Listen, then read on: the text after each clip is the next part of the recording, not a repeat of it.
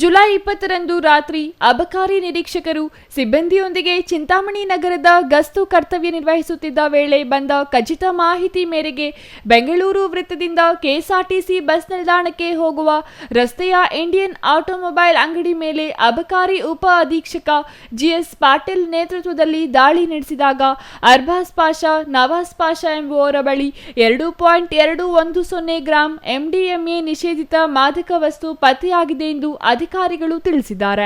ಆರೋಪಿ ಬಳಿ ಇದ್ದ ಮಾದಕ ವಸ್ತು ಸೇವನೆಗೆ ಬಳಸುವ ಗಾಜಿನ ಕೊಳವೆಯನ್ನು ಜಪ್ತಿ ಮಾಡಲಾಗಿದೆ. ಆರೋಪಿ ನೀಡಿದ ಮಾಹಿತಿಯ ಆಧಾರದ ಮೇಲೆ ಮತ್ತೊಬ್ಬ ಆರೋಪಿ ವಿರುದ್ಧವೂ ತನಿಖೆ ಮುಂದುವರೆದಿದೆ. ಜಪ್ತಿಪಡಿಸಿದ ವಸ್ತುಗಳ ಮೌಲ್ಯ ಸುಮಾರು 50,000 ಎಂದು ಅಬಕಾರಿ ಅಧಿಕಾರಿ ತಿಳಿಸಿದ್ದಾರೆ.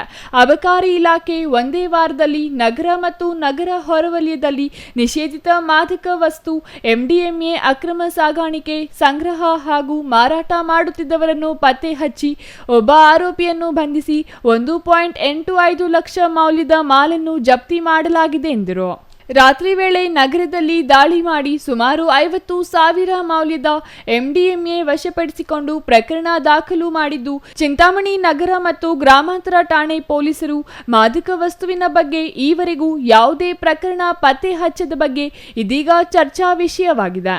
Imran Khan, CTV news, Chintamani.